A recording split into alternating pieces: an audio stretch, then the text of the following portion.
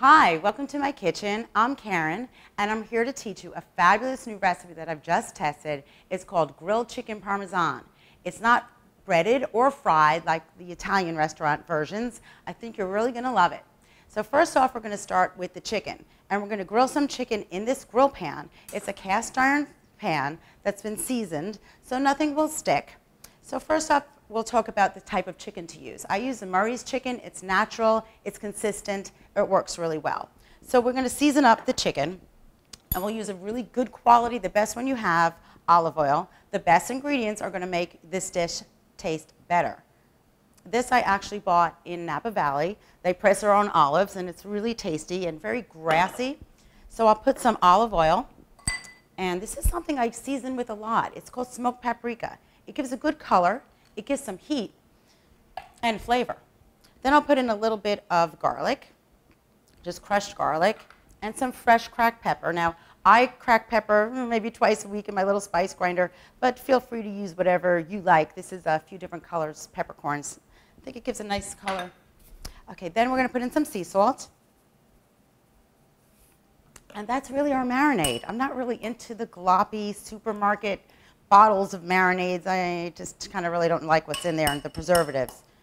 So this is what it looks like. And I'm very happy with this recipe. I use this all the time, even on steak. Okay, so next up, I have grilled the chicken. Now what I've done is grilled it on the first side on a high heat, just to get the marks and to get the color. Then I've turned it over and reduced the heat and cooked it only for about 3 to 4 minutes. Now I'll take the chicken and I'll put it in a baking pan. This will serve 4, so I have 4 pieces of chicken breast. Try to, when you cut up the chicken, try to make sure they're all about the same size, then they'll cook evenly together. Okay, so the chicken goes into the baking pan like this. And the reason it's cooked on the second side just for a few minutes is I want it raw in the center. This is going to be sauced now and baked in the oven until it's done, and then we'll test it then. So what I have up next is some homemade sauce. So here's the thing. You can buy something in a jar. If you make it yourself, you really know what's in it, and it's very flavorful. So this is, it's end of August here, and the tomatoes are growing like crazy, so I've made this homemade little plum tomato sauce. So I'm going to cover each piece with the homemade sauce. It has a good amount of garlic, which I like a lot. I really want to put a lot of sauce on. This is up to you. Depends how much sauce you like. I really like to cover it. So most chicken parms in a restaurant are covered with mozzarella cheese. What's the deal with that? Let's do Parmesan cheese. So I've taken some Parmesan cheese here. I'm going to show you how I cut it. Take my 1 big piece of Parmesan Reggiano. Unless you like Romano, I like the nutty flavor of the Parmesan. I'm going to take my tool here, and I'm just going to cut long strips, see? Now if you wanted to, when you're at home, if you had, a grated Parmesan, that would be fine. I'm just showing you a beautiful way of doing it. Okay, so now we'll take our chicken, and we're going to put a few pieces of Parmesan cheese on. Let's not coat it, just enough to get the flavor. Okay, I think that looks nice. I'm kind of putting like diagonal strips of it. Okay, so as in a lot of my recipes, there are a few ways of doing things. There's no really one way. I want to give you some options. So right now, heirloom tomatoes are in season. So why don't I take some tomatoes on this last piece here, and I'll slice them up. Beautiful colors. And we'll do the last one a little differently. I'll layer it with a little bit of tomato, maybe alternate, like that. I think that looks great. And then I'll put the Parmesan on top of that.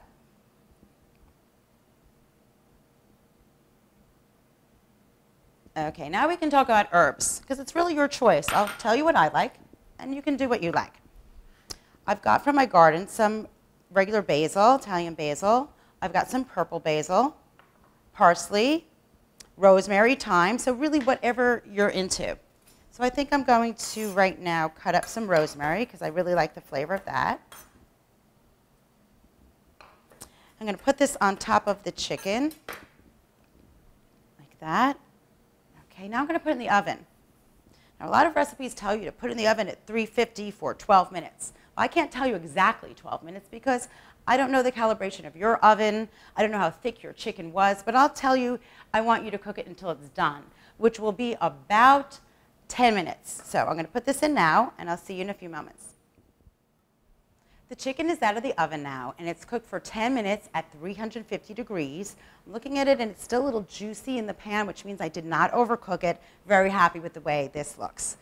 And now it's time to plate it. So what do we want to serve this with? I really like lots of vegetables and thought. It's farmer's market season, so I picked up a few zucchinis, a few different colors, and I've cooked it down with some garlic and some shallots. And that's going to be the base for the recipe. So we're going to take the chicken, and we'll put it on top of the mound of zucchini, like that. And then I thought it would be nice to have some crunch and some garlic flavor, kind of like the classic chicken parm, but a little bit lighter. So I've made a garlic breadcrumb, and I'm just toasting it in the oven with some olive oil and some garlic, and I'm going to just put it on top of the chicken and all around, and that will give me the crunch and the flavor. I really like that. So now I'm going to show you how to make this, because it's really quite easy, and I think it's something you'll do over and over again.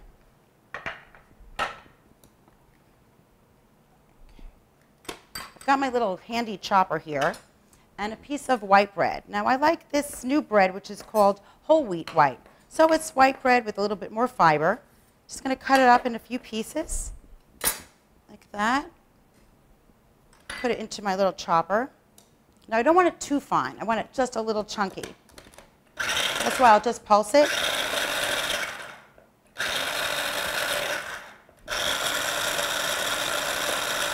Okay, that's done. There's one piece. I'm going to take a little baking pan now. Put on a little white wheat breadcrumbs.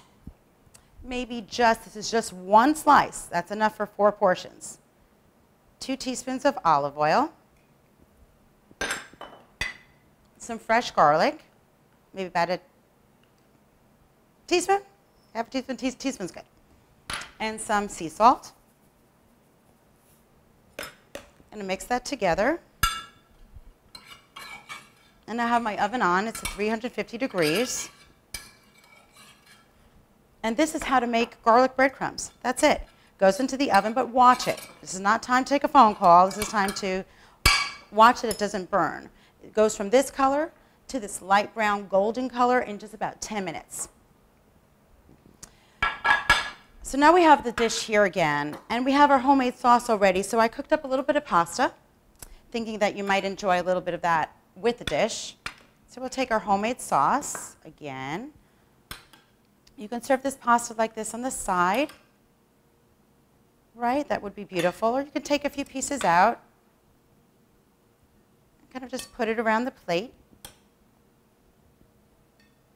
for a complete meal. And I guess now it's time to garnish, and we're good. I think that looks great. Okay, so garnish, what did we put already? We already put into the recipe some rosemary. I'm in the mood for a little basil. I'm going to take my opal basil, which is the purple one. Just going to slice it to thin little chiffonades. And I'll put that over the dish. Now that color really pops. That's pretty. Then maybe we'll take the center little basil sprig, put it on top, and we're good. Enjoy it.